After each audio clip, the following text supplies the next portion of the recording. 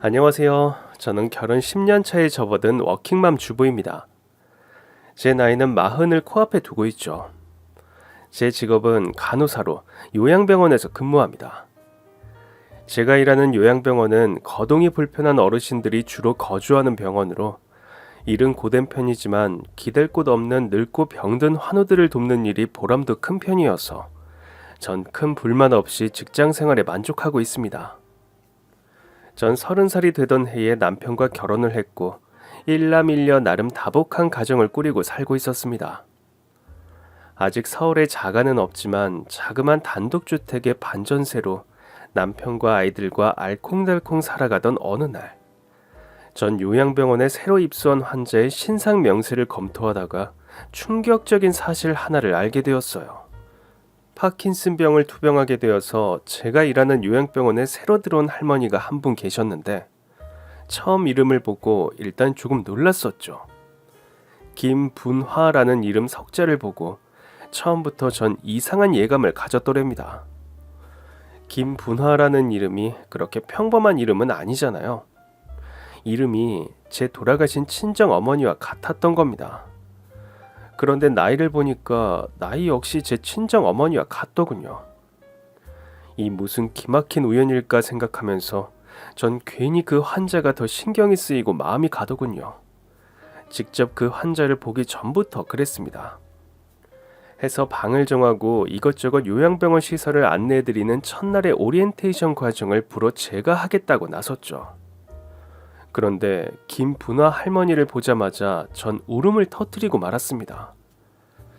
빛바랜 사진 속 돌아가신 엄마와 외할머니, 전 그 두 분이 집 마당에 서서 나란히 찍은 사진을 액자에 끼워 넣어 늘 소중하게 보관했었는데 그 김분화 할머니의 모습이 제 외할머니 살아 생전 모습과 붕어빵인 겁니다. 머리론 엄마일 리가 없어라고 생각하는데도 마음과 본능은 이미 소리치고 있더군요. 저 사람은 분명히 우리 엄마가 맞다. 그럼에도 친정엄만 분명 제가 어렸을 때 돌아가신 걸로 알고 있었는데 도무지 모든 상황이 믿어지지가 않았습니다. 그런데 그 할머니가 제 간호원복 위에 수놓아진 명찰에서 눈을 떼지 못하는 겁니다. 해석이, 최해석, 너가 혹시 해석이니? 간호원 선생님, 실례지만 아버지 조남을 좀 여쭤봐도 될까요? 김석자 철자 되십니다. 지금은 돌아가셨는데 살아생전 목욕탕을 운영하셨고요. 그런데 저희 아빠 이름은 왜... 아유, 내 딸 해석이...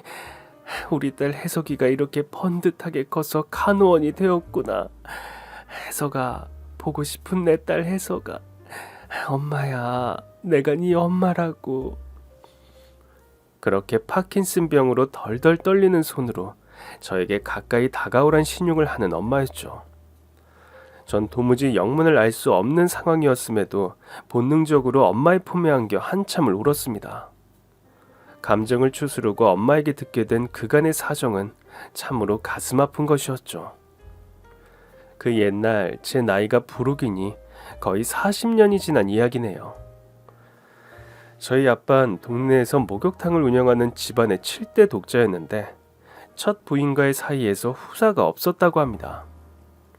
그 당시엔 지금처럼 의학기술이 좋지 않아 시험관 시술이니 뭐니 그런 것이 대중화되지도 않았고 친할머니께서 어디 용한 점집에 가서 물으니 지금의 며느리에게선 후사를 볼 수 없고 자손을 보려면 다른 여자를 맞아 아기를 낳는 방법밖에 없다고 말했답니다. 친할머니는 살아생전 아주 극성스런 성미의 소유자셨는데 저희 아빠 유일한 7대 독자 아들에 대한 집착과 애정이 남다른 분이셨죠. 그렇게 40년 전만 해도 옛날이고 친할머니께서는 후사를 잇겠다는 생각에 큰어머니 몰래 아빠를 저희 친정엄마와 만나게 해서 제가 태어난 것이라고 합니다. 친정엄마는 실은 아빠가 큰어머니와 결혼 전에 동네에서 떠들썩하게 연애를 하던 사이였는데 친할머니 반대로 헤어졌던 것이라고 하네요. 아이 한 명만 낳아주면 제대로 날 며느리로 들여주겠단 말을 믿고 난 네 아빠를 다시 만났고 널 가져서 낳았단다. 그런데 너희 할머니가 네가 태어나자마자 안면 몰수하더니 갓난아인 너만 데리고 가면서 날 거의 동네에서 내쫓다시피 만들어버렸단다. 유부남 홀려서 아기까지 낳은 그런 상간녀를 만들어버린 거지. 친정집에서까지 내 말을 믿지 않고 남의 가정 파탄 내려고 처녀가 간도 크게 임신해서 애까지 낳았냐고 손가락질 당하고 너희 큰어머니가 나한테 찾아와서 본부인은 자기라며 아긴 자기가 잘 키울 테니 모두의 행복을 위해서 나보고 사라지라고 하더구나. 그런데 널 데리고 도망을 치려 했는데 설상가상 엄마가 임신 중에 병을 얻어 출산하고 한참 동안 거의 시한부 인생을 살아야 했었지. 그렇게 어쩔 수 없이 너와 생이별했던 건데 야속한 세월이 벌써 이렇게 되어버렸어. 엄마는 임신 중에 유방암 진단을 받았는데 절 출산하고 나서 바로 암투병을 해야 했다고 합니다. 절 키울 형편도 되지 못하고 집안에서 동네에서 모두 가장 파탄내려 한 불륜녀 취급받고 친정엄만 그때 친이모가 계시던 일본으로 건너가 생활하시면서 병도 치료하고 직업도 얻어 오랫동안 일본에서 생활하게 되었다고 합니다. 절 몇 번이나 데려가려고 시도했지만 그럴 때마다 이제껏 지금 키워주는 엄마가 친엄마인 줄 알고 잘 크고 있는 애 네가 데려가서 어찌겠단 거야? 네가 데려가봤자 애비 없는 딸년밖에 더 만드니? 그러다 네가 재가라도 하게 되면 우리 귀한 손주딸 눈칫밥 먹고 크게 만들 수는 없다. 애초에 혜석이 엄마 자리는 우리 집 큰며느리니까 넌 그냥 죽은 사람처럼 평생 혜석이 앞에 나타나지 마라. 그게 모두를 위해 현명한 일이라는 걸 너도 잘 알 테니. 그렇게 제가 6살이 되었을 무렵 몰래 저희 집을 엄만 찾아왔지만 문전박대 당하며 거의 쫓겨나셨다고 하네요. 엄만 그때 일본과 서울을 오가며 내복 장사를 하고 계셨는데 경제적으로 기반이 잡힌 것도 아니고 제가 활짝 웃는 낯으로 큰어머니를 엄마 엄마 부르며 활기차게 집 마당에서 노는 걸 보곤 발걸음을 돌리셨다고 합니다. 저희 친가가 나름 변두리 동네에선 먹고 살만하단 알부잣집이어서 당시 엄마 생각으론 엄마가 절 데리고 가는 것보다 경제적으로도 훨씬 여유가 있는 아빠 밑에서 크는 게 낫겠구나 싶으셨다고 합니다. 또 그때만 해도 엄마가 엄마의 건강에 관해 자신이 없었다고 하네요. 유방암 수술을 받으면서 언제 재발이 될지 모르고 다시 재발이 되면 시한부 인생을 살게 될지도 모른다는 병원의 소견이 있어서 함부로 절 데리고 가 키울 용기가 생기지 않으셨단 겁니다. 전 이런 사정도 모른 채 40년 가까이 친엄마가 이렇게 세상에 버젓이 살아계신 줄도 모르고 살아왔던 거였고요. 절 키워주신 큰어머니, 전 중학교 갈 즈음 절 키워주신 큰어머니가 친엄마가 아니란 사실을 알게 되었죠. 집안의 어르신 중 누군가가 차분하게 불러서 얘기해 준 것이 아니라 친할머니에게 왜곡된 사실과 함께 전해 들어서요. 혜석아, 지금 널 키워주는 엄만 친엄만 아니다만 친엄마 이상으로 널 거두고 길러주신 분이니 하물며 네가 서운하거나 엄마가 없단 생각은 하지 말거라. 널 낳을 친엄마는 널 낳자마자 돌아가셨고 아기를 낳지 못하는 몸이었던 지금의 엄마가 널 이제껏 정성스럽게 키워주신 거니까 알아들었니? 전 친할머니의 말을 듣고 또 주변 어른들의 말만 듣고 정말로 저희 친어머니가 세상을 떠나신 줄로만 알았습니다. 친엄마가 계시던 동네에서 계속 살았더라면 주변 이웃 사람들한테 풍문으로라도 이런 소문을 들을 수 있었을 텐데 제가 유치원에 들어가는 즈음 해서 저희 친간 경기도로 이사를 가는 바람에 제가 친엄마에 관한 제대로 된 소식을 더 들을 수가 없었던 거죠. 친엄만 그렇게 다시 암이 재발할지도 모르는 몸을 하고도 악착같이 장사하고 돈을 모으셨답니다. 20여 년 전부턴 아예 서울로 돌아와 동대문에서 내복과 옷장사를 오래 하셨다고 하네요. 유방암으로 투병했던 전력이 있는 엄만 언제고 다시 암이 재발할까 늘 노심초사였는데 다행히 엄마가 건강관리를 잘 하셔서였는지 몰라도 다시 암에 걸리진 않으셨답니다. 술, 담배 일치 안 하고 장사를 매일 하시면서도 운동도 거르지 않는 덕분 같다고 말씀하시더군요. 돈이라도 악착같이 벌어서 말년에라도 널 만나고 싶었는데 네 소식을 좀 알아봐야지 하는 순간에 또 이 관절염과 파킨슨병 투병을 하게 됐지. 아픈 몸으로 네 앞에 나타나봤자 듣기론 결혼해서 잘 산단 너에게 짐이나 될 것 같아서 그저 소리 소문 없이 지내왔는데 이렇게 요양병원에서 널 만나게 되다니. 아니 엄마, 몸이 불편하시면 더 제게 연락을 하셨어야죠. 큰엄마도 아빠도 모두 돌아가셔서 이젠 세상에 안 계세요. 친할머니도 마찬가지고요. 네 아빠랑 큰어머니가 두 분 다 돌아가셨다고? 난 너희 할머니 돌아가신 얘기는 어떻게 들었는데 네 부모님까지 모두 돌아가신 줄은 또 몰랐구나. 알았다. 한들 너에게 평생 엄마 노릇 한번 못 해줬는데 이제와 병든 몸을 하고 네 앞에 나타나는 게 면이 안 서더구나. 전 그렇게 친엄마와 거짓말 같은 감격적인 상봉을 하게 됐습니다. 전 당장 그날 밤 남편에게 이 모든 사실을 말했죠. 당신 큰어머니 밑에서 자라면서 나름 상처가 컸는데 돌아가신 줄 알았던 장모님이 살아계시다니 진짜 기적 같은 행운이네. 그런데 몸이 많이 불편하시다면서? 재활 운동도 중요하고 가족들이 케어해주면 좋을 텐데 비싼 요양병원에 계시게 할 게 아니라 집으로 모셔와서 당신이 케어해드리는 게 어때? 나도 그러고 싶은 마음이야 굴뚝 같지. 그런데 당신도 어머님 성격 알잖아. 몇 년 전에 동서가 친정엄마 집에 모시고 살려다가 동서네 부부가 이혼할 뻔했던 거 기억 안 나? 전 남편이 먼저 엄마를 집으로 모셔오는 게 어떻겠냐 말해주는 것이 무척 고마우면서도 극성스러운 시어머니 생각을 하자 머리가 아프더군요. 저희 시어머니는 시집살이를 강요하지 않는 대신 절대로 처가부모를 내 아들이 한 집에서 모실 수 없다는 가치관이 확고하신 분입니다. 결혼 초부터 저와 동서에게 이 점을 누누이 강조하시던 분이죠. 그런데 몇 년 전 동서네 친정 부모님이 이혼을 하신 겁니다. 이혼 사유는 평생 동안 계속된 동선 친정 아버지의 습관적인 불륜 탓이었죠. 동서의 친정 어머니는 동서를 비롯 자식들 보고 꾹 참고 사시다가 말년에 이르서서까지 노인대학 다닌다 어쩐다 하며 외도를 일삼는 친정 아버지에게 환멸을 느꼈고 결국 이혼하신 거였죠. 남은 인생까지 개차반처럼 살고 싶지 않다. 내 정신 건강을 위해 이젠 이혼해야겠다 해서 이혼하신 거였고 동서는 그렇게 홀로 되신 친정 어머니를 집에서 모시고 싶어 했습니다. 동서 친정 어머니 역시 지병이 있는 데다 홀로 생활하는 게 신경이 쓰였던 탓이었죠.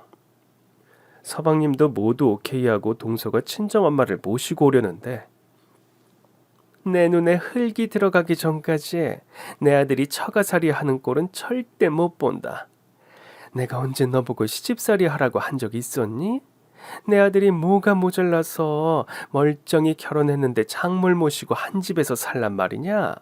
빌어먹을 서푼만 주머니에 있으면 처가살이 하지 말란 말이 괜히 있는 줄 아니? 절대 안 된다. 네 어머니 살 길은 네 어머니 선에서 알아서 하시라고 해. 그렇게 크게 집안 싸움이 났고 그때 서방님은 동서와 시어머니 사이에서 이러지도 못하고 저러지도 못하고 정말 난감해하셨었죠. 동서네 부부는 그 일로 갈등한다고 법원에 이혼 서류까지 제출하면서 이혼 직전까지 갔는데 결국 동서 친정 어머니께서 친정 언니네가 사는 제주도행을 택하시며 사건은 일단락되었었습니다. 얘야, 너 하서방하고 시어머니하고 다투는 일 그만둬라. 친정엄마 집에서 모시려고 이혼한 딸내미 만드는 일, 아휴, 엄만 절대 하고 싶지 않다. 내가 지금 암투병 하는 것도 아니고 시한부도 아닌데 꼭 네 손길이 필요한 것도 아니야. 네 큰 이모네가 제주도에 이주해서 사는데 노인들 살기도 좋고 공기도 좋아서 엄마한테 그곳이 딱일 것 같다. 네 이모랑 같이 살면 적적할 일도 없을 테니 엄만 걱정 말고 네 가정이나 단돌이하며 잘 살아. 동서의 친정어머니는 그렇게 제주도행을 택하신 이후 동서의 큰이모 집 바로 옆집에 거주하시며 지금껏 지내오고 계시죠. 이런 사정이 있었기에 시어머니가 불같이 반대할 것이 뻔했으므로 엄마를 빨리 집으로 모시고 싶으면서도 갈등이 되는 것이 사실이었죠. 한 며칠 제가 잠 못 이룰 정도로 고민하자 남편이 하는 말이 여보, 그렇게 마음이 무겁고 걱정되면 차라리 장모님을 집에 모시고 우리 집엔 비밀로 하자. 우리 집이 다행히 단독주택이라 만약에 우리 식구들이 집에 방문하게 되면 지하나 옥탑에 장모님 잠깐 가 계시게 하든가 해서 모르게 하면 되잖아. 어차피 우리 엄마나 아버지나 우리 집 거의 오시지도 않는데 딱히 들킬 일도 없는 것 같고 말이야. 어때? 남편 말을 듣고 보니 처음엔 말도 안 돼 했다가 생각해보니까 정 안 될 말도 아닌 것 같더군요. 시부모님들은 1년에 한 번 저희 집에 방문할까 말까 거의 저희 가족들이 시댁을 찾아가 방문하는 일이 대부분이었기에 남편 말대로 해도 큰 상관이 없을 것 같다는 생각이 들었습니다. 그리고 지금 엄마의 상태가 많이 안 좋으니 집에 모시면서 차차 엄마가 건강을 회복하시게 된다면 뭐 그때 엄마를 친정집에서 가까운 곳에 따로 모셔도 되겠다. 전 그리 생각을 했던 거죠. 그렇게 우여곡절 끝에 꿈에서나 만나 뵙던 친엄마를 집에서 모시게 되었습니다. 아이들은 할머니를 보자마자 무척 반기더군요. 엄만 몸이 불편한 와중에도 손주들 보는 낙에 통증이 되려 줄었다며 더없이 좋아하시는 게 눈에 보였고요. 일단 제가 출근을 하긴 하지만 삼시세끼 그래도 엄마가 식사할 음식들을 내가 준비해서 드시게 할 수 있어 좋았고 제가 간호원이긴 했지만 전 출근을 해야 하는 입장이라 제가 출근한 동안은 전문 간병인 한 명을 써서 엄마를 케어하니 별 문제가 없더군요.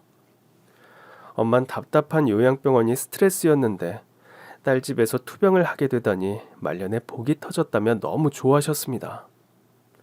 남편은 부동산을 운영했는데 자영업자라 시간이 나름 탄력적으로 운영할 수 있었죠. 남편이 정도 많고 원체 어른들에게 잘하는 성격인데 저희 엄마에게도 아들처럼 살갑게 굴어주어 너무 다행이었습니다. 남편은 손님이 없는 빈 시간에 집에 들러서 엄마하고 동네 산책하고 운동하는 것을 도와드리기도 하고 근처에 멀지 않은 맛집에 엄마를 모시고 가서 식사를 하고 돌아오는 일도 종종 있었습니다. 엄마는 아들 같은 사이를 보게 될 줄 몰랐다면서 너무 좋아하셨고 저도 그런 남편이 무척 고마웠죠. 전 큰어머니 손에 자라면서 좀 묘하고 애매한 상처를 때로 받으며 자라났습니다. 차별할 다른 자식이 없었기에 뭐 다른 형제들과 차별을 받아서 받은 상처는 아니었습니다만 이를테면 그런 것이었죠. 큰엄만 제게 엄마로서의 역할을 잘해주시면서도 은근한 거리감 같은 것을 내비치는 순간들이 좀 있었습니다. 예를 들면 친할머니 흉이나 아빠 험담 같은 것을 제 앞에선 한 번도 한 적이 없는 큰어머니입니다. 보통의 엄마들은 자기 딸에게 시댁흉을 많이들 본다고 하더라고요. 네 아빤 다 좋은데 이런 게 짜증난다. 네 할머니가 대체 어떤 분이었는 줄 아니? 엄마 하나 되니까 이런 시집살이 감당하고 산 거야. 넌 엄마처럼 살기 싫으면 할머니 같은 시어머니 절대 만나면 안 돼. 이렇게 한두 번 들어봤을 법한 친가에 대한 험담이나 안 좋은 소리들을 전 큰어머니에게서 한 번도 들은 적이 없습니다. 머리가 굵고 제가 중학교에 갔을 무렵엔 큰어머니와 같이 목욕탕에 가는 일도 손에 꼽을 정도였죠. 알 수 없는 거리감을 느끼던 큰어머니의 본심을 안 것은 우연히 야간 자율학습을 땡땡이 치고 예고 없이 일찍 집에 들어온 고3의 어느 봄날이었습니다. 넌 참 대단하다. 네가 배 아파 낳은 자식 아니어도 꼭 네 친딸처럼 잘 키우는 것 같아. 혹시 걔가 너한테 반항하거나 말 안 듣는 건 없니? 뭐 원체 갓난쟁이 때부터 내가 키워서 걘 그저 내가 지 친엄마인 줄 알고 그렇게 큰 애인데 뭐. 걔야 어려서 뭘 모르고 컸다 치고 넌 어떤데? 남의 여자. 그것도 네 남편과 죽고 못 살던 여자가 낳은 딸인데 마냥 걔가 이쁘기만 해? 아유, 그건 아닐 것 같은데. 마냥 이쁘기만 하면, 아휴, 내가 사람이겠니? 나도 여자고 어쩔 수 없는 인간인지라. 걔가 유달리 외탁을 해서 지 엄마 얼굴 판박이잖아. 몸매도 그렇고. 목욕탕 가서 벗은 몸 보면 이제 다 크다 보니 어쩔 땐 진짜 젊은 시절 그 여자 보는 기분이 들어서 같이 가고 싶지 않더라고. 그래서 딸아이랑 목욕탕 같이 안 간지 오래됐어. 그 여자가 얼마나 우리 남편한테 목을 맸었니. 외꺼풀 눈매랑 지혜미 빼다 박은 그 눈빛 보면 아휴, 가끔 좀 섬뜩하고 소스라칠 때가 있어. 이런 맘 먹으면 안 되지 하면서도 그게 잘 안 된다. 전 그 얘기를 밖에서 몰래 듣고 방 안에 들어가지 못하고 다시 살며시 집 밖으로 나섰죠. 머리를 한 대 얻어맞은 것 같은 충격에 한참 밖을 쏘다니다 집에 들어갔던 기억이 납니다. 저는 그날 이후로 큰어머니가 돌아가시는 순간까지 단 한 번도 함께 목욕탕이나 사우나에 간 적이 없습니다. 그런 얘기를 듣고서 엄마 같이 목욕 가자란 말은 절대로 할 수가 없었죠. 본의 아니게 큰어머니의 진심을 알아버린 그날 이후 설명할 수 없는 냉랭함이 감도는 모녀 사이가 평생 계속되었죠. 저희 친정아버진 제가 대학교 때 심장마비로 돌아가셨습니다. 제가 고등학교 졸업할 때까지만 해도 목욕탕을 운영해서 먹고 살만 하던 우리 집안은 아빠의 주식 투자가 실패하는 바람에 경제 상황이 나락으로 떨어졌었습니다. 이게 제가 간호대학을 들어갈 즈음의 일인데 이 충격으로 아빠는 알아 누우시더니 결국 몇 년 안가 심장마비로 돌아가시고 말았죠. 아빠가 돌아가신 후 저희 집에 남은 재산이라곤 빚만 더글더글한 목욕탕 건물과 살고 있는 아파트 한 채가 전부였죠.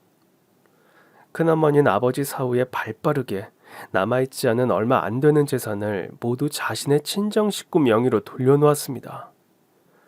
제가 지금의 남편과 결혼할 때에도 축의금 정도만 형식적으로 건네주셨을 뿐, 전 친정의 도움을 거의 받지 않고 맨몸으로 시집온 것이나 다름없었죠. 그나마 제가 대학병원 간호사로 몇 년을 일을 부지런히 했기에 기본적인 혼수와 결혼자금 충당이 가능한 것이었습니다. 이런 모든 상황을 정리할 힘이 없던 어린 전, 큰어머니가 하는 일을 불만스럽게 지켜볼 수밖에 없었습니다. 그렇게 친가의 남은 재산을 모두 독차지한 큰어머니는 몇 년 전 암투병을 하다 결국 돌아가셨지만요. 저와 아빠 큰어머니가 살던 아파트는 큰어머니의 남동생이 처분해서 사업자금으로 썼단 얘기를 들은 기억이 납니다. 이런 사정이었기에 뒤늦게라도 돌아가신 줄만 알았던 친엄마와 제야하고 한 집에 살게 되자 전 하루하루가 아주 행복했습니다. 모녀간의 살가운 정, 엄마의 따뜻한 사랑, 이런 것을 정말 난 모르고 살았구나. 딸이 엄마한테 사랑받는 느낌이 이런 것이구나를 하루하루 실감하며 살아가는 저였죠.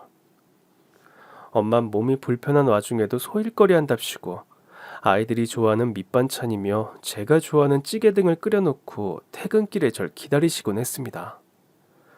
엄만 재활 운동이나 부지런히 하라고 아무리 말씀드려도 운동 삼아 재미삼아 하는 거다라고 말씀하시며 저녁 한 끼는 서툴게나마 꼭 본인이 준비하려고 하셨죠. 제가 아침을 차리고 엄마가 점심에 드실 음식을 해놓고 출근하면 저녁은 엄마가 차려놓은 식사를 하게 되는 루틴이 생겼습니다. 그리고 주말이면 엄마와 딸아이를 데리고 꼭 목욕탕에 갔습니다. 사우나를 유달리 좋아하는 성미가 엄마나 저나 똑같았죠. 전 엄마의 등을 밀어드리고 딸아이도 고사리 손으로 할머니 등을 같이 밀어드리면 아이처럼 좋아하는 엄마셨습니다. 저 역시 목욕탕과 관련한 좀 서러운 기억이 있었던 터라 이렇게 친엄마와 딸아이와 함께 목욕탕에 자주 올 수 있다는 사실이 참 감개가 무량하고 행복하더군요. 제가 집에 고용한 전문 간병인은 솜씨가 좋은 사람이었고 또 틈틈이 남편 역시 엄마의 재활 운동을 많이 도와주는 바람에 엄마의 상태는 나날이 호전되어 갔죠. 요양병원에 오기 전에 먹던 약과 다른 종류의 약을 추가로 처방받아 복용하게 되었는데 그 약효가 유달리 엄마에게 효과가 좋아서 엄마는 하루하루 상태가 좋아지셨고 엄마의 호전에 아이들도 남편도 저도 모두 기뻐했습니다. 그렇게 시댁엔 비밀로 엄마를 집에 몰래 모시고 함께 산 지 2계절쯤 지났을 무렵 병원에서도 엄마의 병이 눈에 띄게 상태가 호전되었다면서 이런 식으로 운동도 부지런히 하고 관리를 잘하란 말을 듣고 좀 안심하고 지내던 어느 날이었죠. 전 시댁의 인사차 방문해서 시부모님 혈압을 재드리고 평소 챙겨드리는 영양제도 드리고 담소를 좀 나눈 뒤 집을 나섰습니다. 제 직업이 간호사인지라 가끔 시댁을 방문하면 혈압도 재드리고 혈당도 체크해드리고 가끔 제 손에서 투여 가능한 영양제도 놔드리고 해서 시부모님이 좋아하셨죠. 그날도 시댁에서 시부모님 그리고 동서와 같이 점심 식사를 마치고 시아버지께 영양수액을 놔드린 뒤 밖으로 나왔는데 전철역에 도착했을 즈음 지갑을 시댁에 두고 온 사실이 생각나더군요. 헐레벌떡 시댁으로 다시 돌아갔는데 반쯤 열린 현관문에서 이런 대화가 들려오는 겁니다. 어머니, 형님이랑 아주버니 이혼 안 시키시면 더 이상 용돈 없어요. 아니, 갑자기 잘 사는 애들을 이혼시키라니 그게 무슨 아닌 밤중에 홍두깨 같은 소리니? 왜, 네 형님이 우리 몰래 뭐 바람이라도 피웠더냐? 그런 게 아니라요. 그 반대예요, 어머니. 아주버님이 바람이 나도 보통 난 것이 아니라고요. 아니, 우리 큰아들이 바람을 피웠다고? 지 처밖에 몰라 좋아 죽는 애처가 녀석이 무슨 바람을 피워. 너 그거 어디서 헛소문 듣고 와서 쓸데없는 소리 하는 거 아니고? 어머님, 제가 어디서 헛소문 듣고 와서 이혼 운운할 사람으로 보이세요? 형님도 모르시는데 제 친한 친구가 최근에 형님네 동네로 이사를 갔어요. 해서 본의 아니게 근래에 형님네 동네에 제가 자주 갔는데 그 동네 커피숍이며 식당이며 아주버님과 그 내연녀를 한두 번 목격한 게 아니라고요. 멀리서 보긴 했지만 나이도 아주버님보다 연상 같던데 다 늙은 여자랑 그게 뭔 짓인지 정말. 얘, 너 조용히 못하니? 네 시아버지 잠기 밝은 거 알지? 지금 큰애가 놔준 영양제 맞고 잠들었기에 망정이지. 네 시아버지 귀에 들어가는 날에 네 아주버님 다리 몽둥이가 남아나질 않을 거다. 아휴, 이 사달을 대체 어쩌면 좋니? 저도 이 사태를 어떻게 해야 좋을까 고민이 많았어요. 형님네 아이들도 아직 어린데 그런데요. 뭔가 갈라서게 하기엔 너무 올 때까지 상황이 와버린 것 같아요. 아니 그건 또 무슨 말이야. 엊그저께요. 제가 친구 보러 갔다가 또 아주버님하고 그 상간녀를 공원에서 뒷모습을 본 거예요.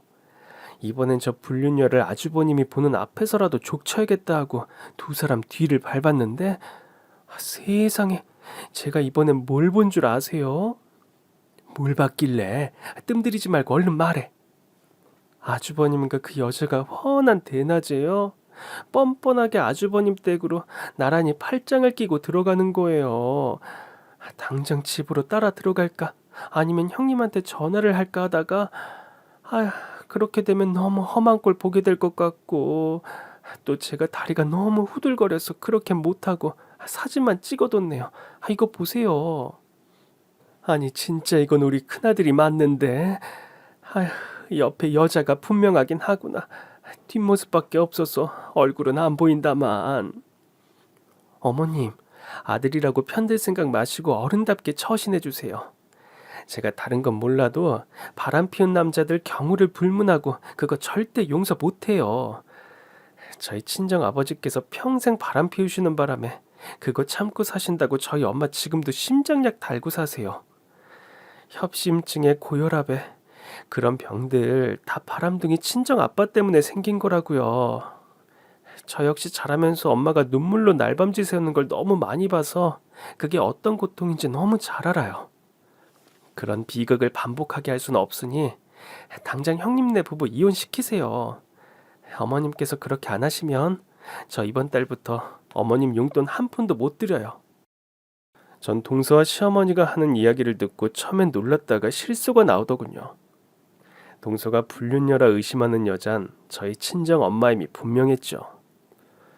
남편과 동네에서 산책하고 카페에 가고 식당에 가는 여자가 근래 들어 제가 알기로 한 명밖에 없었으니까요. 살가운 성격의 남편은 엄마를 모시고 다닐 때 아직 거동이 느리고 불편한 엄마를 위해 늘 팔짱을 끼거나 손을 잡고 다녔는데, 그게 멀리서 지켜본 동서의 눈엔 상간녀와 데이트를 하는 것으로 보였던 모양입니다. 저희 엄마가 나이는 60대 후반이신데 젊어서부터 워낙 살이 찌지 않는 체질인데다 파킨슨병을 앓고 계시긴 하지만 젊어서 운동을 많이 하신 터라 뒤태만 보면 나이를 가늠하기 힘든 것이 사실입니다. 게다가 왕년에 옷장사를 하시던 분이라 노인치곤 패션 감각이 좋고 나이보다 젊고 좀 멋지게 입는 것을 좋아하는 분이다 보니 시력까지 고도 근시인 동서가 멀리서 보기엔 상간녀로 오해할 만도 했죠. 전 한숨을 푹 내쉬고 당장 남편에게 전화를 걸었습니다. 여보, 오늘 부동산 문 일찍 닫고 엄마 모시고 자기 본가로 좀 와. 장모님 모시고 우리 집에? 아니 왜? 아직도 우리 부모님 장모님 집에 모시는 거 모르고 계시는데 왜 스스로 불구덩이 속으로 뛰어들어가려고 해? 당신 미쳤어? 우리 엄마 성격 모르는 것도 아니면서 왜 긁어 부스럼 만들려고 들어?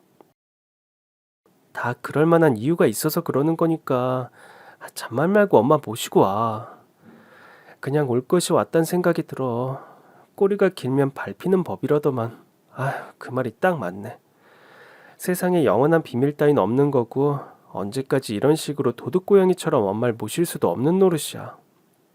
우리 엄마가 무슨 범죄자도 아닌데 내가 그동안 생각을 잘못한 것 같아. 엄마 모시는 거 당당하게 커밍아웃 하려고 하니까 당신도 우리 엄마한테 간단히 말씀드리고 마음 단단히 먹고 와. 전 그렇게 시댁 앞에서 기다리고 있다가 남편과 엄마가 도착하자 두 사람을 함께 데리고 시댁으로 들어갔습니다. 시댁 거실에선 여전히 심각한 얼굴의 동서와 시어머니가 두런두런 얘기를 나누며 훗날을 모의 중이더군요. 남편이 먼저 시댁으로 들어갔고 제가 들어갔고 그리고 제 뒤를 따라 저희 엄마가 들어오셨죠. 전 불어 망설이는 엄마에게 엄마 빨리 들어가자 이렇게 말하며 들어왔고 제 뒤를 따라 들어오는 반백의 여자를 보고 동서가 하얗게 질려 납작 엎드리더군요. 아니 저 여잔... 그런데 멀리서 봤을 땐 저렇게 머리가 하얗지 않았는데... 아니 형님 이게 대체 어떻게 된 일이에요? 미안해 동서. 괜히 나 때문에 동서가 오해하게 만들어서. 어머님, 그 동서, 여기 이분이 제 친어머니 박화분 씨예요. 저는 그간의 사정, 시댁 식구 몰래 엄마를 모실 수밖에 없었던 사정을 이실직고 했습니다. 관절염과 파킨슨병을 투병하신 엄마를, 그리고 몇십 년 동안 돌아가신 줄만 알았던 친정엄마를 삼봉했는데 그런 엄마를 요양병원에 모시는 게 도저히 허락되질 않아 어쩔 수 없이 집에 모셨다고요. 아이 아빠도 오케이 해주어서 그랬던 건데 더 이상 가족들에게 비밀로 하는 게 무리인 것 같아 이렇게 고백한다고 모두 다 털어놓았습니다.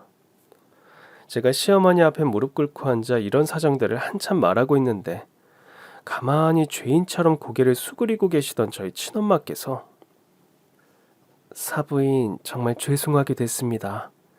평생 엄마 노릇 하나 못하고 산 것도 딸아이에게 미안해 죽겠는데 이런 폐를 끼치게 되다니 너무 송구스러워 얼굴을 들 수가 없네요.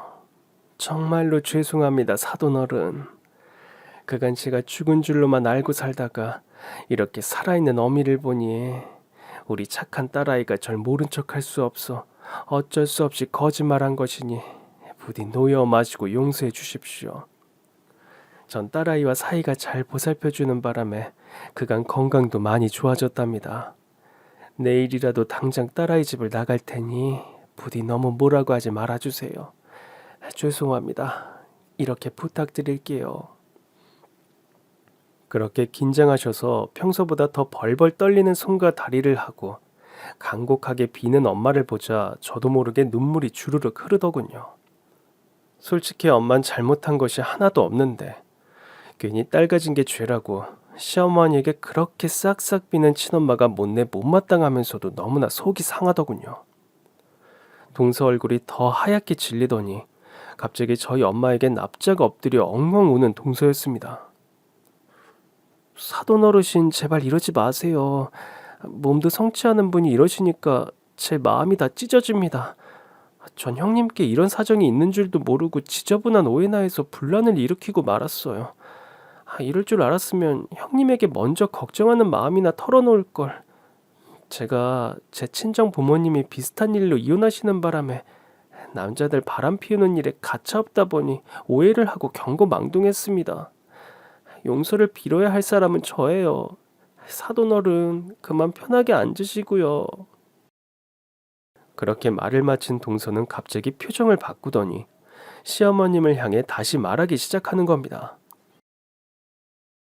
어머님, 솔직히 모든 사태가 이 지경이 된 건 어머님께서 절대로 처가살이는 안 된다는 고집을 부리셨기 때문이에요. 저희 부부도 솔직히 몇 년 전에 그 문제로 이혼할 뻔했으니까요. 형님도 그게 무서워서 거짓말 하신 거고요. 어머님, 이번엔 형님이 친정엄마 모시는 거 허락해 주세요. 아픈 엄마를 멀쩡히 집에 모실 수 있는데 결혼했다고 해서 그러지 말라는 건 정말 말도 안 되는 억지세요. 시부모든 친정 부모든 병이 들고 간호가 필요한 상황이 되고 또 집에서 케어해 드릴 수 있는 상황이 되면 얼마든지 집에서 모시고 간호해 드리는 게 도리고 경우고요. 형님네 부부가 모두 동의한 사항이라는데 이번마저 억지 부리시면서 반대하시면 제가 이 집에서 나가겠습니다. 이런 시댁에 평생 며느리로 살 생각이 없어질 것 같다고요. 그러니 제발 이번엔 형님 뜻대로 친정엄마 모시게 해주세요. 어머님, 제발 부탁드립니다. 아프고 거동이 불편한 부모님 모시는 거 그거 제 상식에서 너무 당연한 일이에요. 그게 친정엄마가 아니라 시어머님이었다 해도 제 선택엔 변함이 없었을 거예요. 제발 제가 평생 한 맺히지 않게 나중에 후회 안 되게 저희 엄마 집에서 모시며 보살피게 허락해 주세요, 어머님. 아, 정말 니들 쌍으로 나한테 크네. 너 정말 내가 나중에 병들어도 나 집에서 간호해 준다는 거 사실이냐? 그럼요, 어머니. 저 간호사 며느리예요. 간호사 며느리가 병든 시어머니 다른데 안 맡겨요. 약속합니다. 공증 쓰라면 공증이라도 쓸게요, 어머님. 저와 동서의 완곡하고 완강한 부탁에 시어머니께선 백기를 드셨습니다. 무엇보다 동서의 이혼 강수와 제가 후에 시어머니께서 몸이 불편해지시면 모시겠다는 호언 장담이 효력을 발휘한 것 같더군요. 이런 웃지 못할 우여곡절을 거친 끝에 전 친정엄마와 다시 한 집에서 알콩달콩 살 수 있게 되었습니다. 엄마 모시고 사는 일을 시댁에 비밀로 하고 살 땐 사소한 것 하나도 거짓말해야 하는 일들이 많아 성가시고 골치가 아팠는데 이제 그렇지 않아도 되니까 알터니가 빠진 것처럼 아주 시원하고 홀가분하더군요. 아이들에게도 집에 할머니 모시고 사는 거 친할머니 댁엔 절대 비밀이다. 시댁에 갈 때마다 이런 단도리를 안 해도 되니까 너무 편하더군요. 동서는 그 사건 이후 제게 너무 미안하다면서 몇 번이나 사과를 했습니다. 형님에게 그런 사정이 있는 줄도 모르고 자기가 괜히 헛입을 놀려 분란을 만들었다고요. 전 절대 아니라고 동서가 강경하게 시어머니께 말을 잘해준 탓에 엄마를 이렇게 집에서 모실 수 있게 되었다고 고맙다고 했습니다. 솔직히 동서가 옆에서 자기도 엄마를 집에서 모시지 못했는데 형님만 모시게 할 거냐? 이거 차별 아니냐? 이런 식으로 나왔다면 아마 엄마를 집에서 평화롭게 모시는 일이 불가능했을지도 모르니까요. 시어머님 평소 돈이라면 사족을 못 쓰는 분이고 저의 어떤 말보다도 형님이 친정엄마 모시게 안 해드리면 이혼한다. 특히나 다달이 드리던 용돈도 한 푼도 드릴 수 없다는 말에 의견을 굽히신 것이 분명했습니다.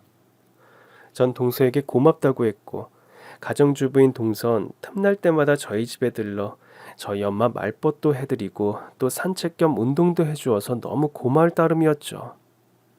동서와 전 이 사건을 계기로 아주 돈독한 친자매 같은 사이가 되었습니다.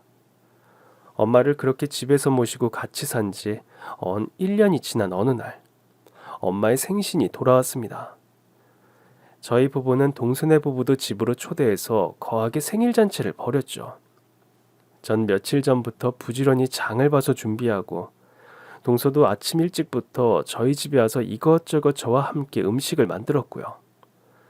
정말 잔치 분위기 제대로 난다면서 흥겹게 엄마 생일상을 준비하고 생일 케이크에 초를 붙여서 노래도 부르고 손주 녀석들의 간단한 재롱잔치 후 저와 남편은 엄마에게 준비했던 선물을 드렸습니다. 전 엄마에게 순금 목걸이를 해드렸고 남편은 금일봉을 준비했죠. 동선의 부부도 엄마 선물을 준비해와서 드리고 엄마 무척 기뻐하셨습니다. 내가 이렇게 딸하고 사이 덕분에 몸도 많이 좋아지고 딸네 집에 함께 살며 살뜰한 보살핌을 받으며 사는 것도 감지덕지인데 이렇게 거대한 생일상까지 받으니까 참 이제 죽어도 여한이 없을 정도로 기분이 너무 좋네요. 사돈댁 작은 내외까지 이렇게 귀한 걸음을 해주시고 너무 감사하고 행복해서 뭐 더 무슨 말을 해야 할지 모르겠네요. 그렇게 기분 좋은 생일잔치가 끝나고 동선의 가족들이 집으로 돌아간 뒤 저와 남편을 조용히 부르시는 엄마였습니다. 듣자하니 올해 말에 이 집 계약이 끝나간다던데 이사 갈 집은 정해졌니? 안 그래도 이 사람이랑 다음 주부터 집 알아보려고 하고 있습니다.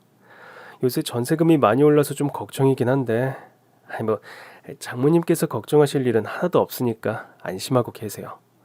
사이가 복덕방하는데 집 하나 못 구하겠습니까? 남편은 그렇게 사람 좋게 웃어 넘겼고 저 역시 엄마는 그런 걱정하지 마시라고 안심시켜드렸죠. 내가 몸이 많이 좋아지긴 했지만 지병이 있어 나서 정신이 말짱할 때 내 주변 정리해놓는 것이 도리다 싶어. 내가 젊어서 어디 시집을 따로 제대로 가본 적도 없이 그저 우리 딸 그리워하는 마음 하나로 열심히 장사만 한 덕에 그래도 남 부끄럽지 않을 만큼 재산을 일구었네. 내가 생일상 분에 넘치게 거하게 받았는데 나도 너랑 네 남편에게 선물을 하나 하고 싶구나. 엄마, 그게 대체 무슨 말이에요? 전 죽은 줄로만 알았던 엄마를 찾은 것 자체가 내 인생 최고의 선물이에요. 그러니까 주변 정리라니 재수없는 말 좀 하지 마요. 그래요, 어머님. 오늘같이 좋은 날에 주변 정리니 뭐니. 그런 말씀 하지 마시고 어머님께서 저랑 앞으로 운동이나 더 열심히 하실 생각하세요. 파킨슨병 환자들한테 제일 중요한 게 꾸준한 운동이랍니다. 이 나이 먹도록 옷장사 열심히 하면서 돈 악착같이 모은 이유는 솔직히 나 죽기 전에 내 딸과 딸아이 가족들 만나서 재산도 나눠주고 좀 잘 살게 해주고 싶어서였어. 물론 지금도 성실하게 앞가림 충분히 하면서 잘 살고 있지만 서울 집값이 어디 성실하게만 했다고 척척 살 수 있는 수준인가? 애미 돌이 못하 평생 죄값 이렇게라도 갚을 수 있다 생각하게 엄마 뜻 거절하지 말고 받아주렴. 자네도 마찬가지고. 엄만 그렇게 기어이 유산 상속 절차를 밟으셨고 경기도의 상가 건물 한 채와 아파트 한 채를 증여해 주셨습니다. 현금 자산도 꽤 어마어마했는데 아이들 명의로 해주시면서 대학 등록금과 앞으로의 결혼 자금으로 쓰라고 하시더군요. 예상치 못한 거액의 재산을 상속받게 되어서 남편이나 저나 어안이 벙벙했죠. 솔직히 엄마를 집으로 모셔올 때만 해도 엄마가 이렇게 재산이 많을 줄 전혀 몰랐습니다. 제가 일하는 요양병원이 특별히 가격이 비싼 곳도 아니었기에 엄마가 이렇게 나름 자산가일 거라고 예상하지 못했거든요. 엄만 그렇게 평생 근면하게 일하면서 사치 부리지 않는 습성 때문에 말년의 요양병원도 그렇게 비싸지 않은 곳을 고르신 거였습니다. 엄마의 살원 세월을 생각하니 새삼 가슴이 아프고 사무치더군요. 전 엄마에게 건물은 우리 부부가 증여받았지만 세를 관리하거나 그런 수입은 돌아가실 때까지 엄마 소관으로 하라고 말씀드렸습니다. 먹고 싶은 거 다 사드시고 사고 싶은 것도 좀 다 사시며 그렇게 좀 누리다 돌아가시라고요. 엄만 한사코 만류하시다가 저와 남편의 완곡한 부탁에 그러겠다고 하시더군요. 그럼에도 엄마에게 아파트도 받고 현금도 증여받고 하다 보니 갑자기 집안 경제가 확 풍요로워진 것이 사실이었습니다. 넓은 평수의 아파트, 그것도 자가로 이사를 가서 아이들은 각자 제 방을 가지게 되면서 너무 좋아했고 시어머니께서도 집들이를 와보시곤 흡족해 하시더군요. 사부인께서 평생 홀로 사시면서 고생을 많이 했다고 들었는데 이렇게 성공한 사업가이신 줄 몰랐네요. 전 그저 평생 소뚜껑 운전만 하고 살아서 말년에 이렇게 재력을 일구신 사돈 어른이 참 부럽네요. 아유, 그런 말씀 절대 마세요. 사돈 어른께서는 평생 아이들을 한 집에 끼고 살며 엄마 노릇 헌신하느라 고생하셨잖습니까? 전 엄마들이 하나도 못해서 그 시간에 돈 벌다 보니 돈이나 조금 모은 것이고요. 전 다음 생에 택하라면 엄마 노릇하는 팔자를 택하겠어요. 아유, 그런가요? 그래도 사돈어른 댁에 아이들이 내 집장만 하느라 고생하는 시간이 줄어서 얼마나 행운입니까? 사돈어른께선 우리 집안 기인이십니다. 평소 돈이라면 유달리 좋아하시는 우리 시어머니께선 좀 그렇게 대놓고 흡족해하는 티를 내시더군요. 동서는 최근 친정엄마를 제주도에서 모시고 올라와 한 집에 살고 있습니다. 저희 엄마를 몰래 모시려다 발각된 그 사건 이후 시어머니께서는 아무 소리 못하고 동서가 친정엄마 모시고 사는 것에 관해 일절 터치하지 않으십니다. 동서는 머핀 가게 창업을 준비한다고 동분서주하는데 알고 보니 사업 자금이 부족해서 난항이라고 하더군요. 저와 남편은 상의 끝에 동서에게 거금의 사업 자금을 쾌척해 주었습니다. 아니, 형님 은행 대출이 힘들어서 저 제3금융까지 생각하고 있었는데 이렇게 큰 돈을, 이 돈 정말 받아도 되는 거예요? 동서 덕분에 나 우리 엄마랑 한 집에서 살게 됐잖아. 우리 엄마하고도 의논했는데 동서 사업하는데 보태 쓰라고 도와주시라고 한쾌 오케이 하시더라. 동서가 우리 집 기인이라고 하시면서 말이야. 형님 말씀은 그렇게 해도 제가 사업 대박 나면 꼭 갚을게요. 더블로요. 아니야. 받으려고 주는 돈 아니니까 일단 장사나 열심히 잘해봐. 동서는 솜씨가 좋으니까 대박 예감이긴 하지만 동서네는 서방님 사업이 한번 실패하는 바람에 경제적으로 아주 힘든 상황에서 시작하는 머핀 가게라는 걸 저희 부부는 잘 알고 있었습니다. 동생과 우애가 남다른 남편은 우리만 형편이 피고 동생네가 고전해 하는 걸 마음 아파하더군요. 저 역시 동서와 친자매같이 지내는 형편이었고 엄마께 받은 여유 자금을 동서네에게 좀 보태주는 게 도리일 것 같다는 생각이 들었습니다. 그렇게 동서네가 머핀 가게를 오픈했는데 다행히 장사도 아주 잘 되는 모양입니다. 요즘처럼 모든 일이 술술 잘 풀리는 때가 없었는데 살다 보니 정말 쨍하고 해뜰 날이 찾아오네요. 여러분의 내일도 그런 운수대통한 날이 되시길 기원합니다. 그럼 지금까지 제 긴 사연 들어주셔서 정말 감사합니다. 오늘도 행복한 하루 되세요.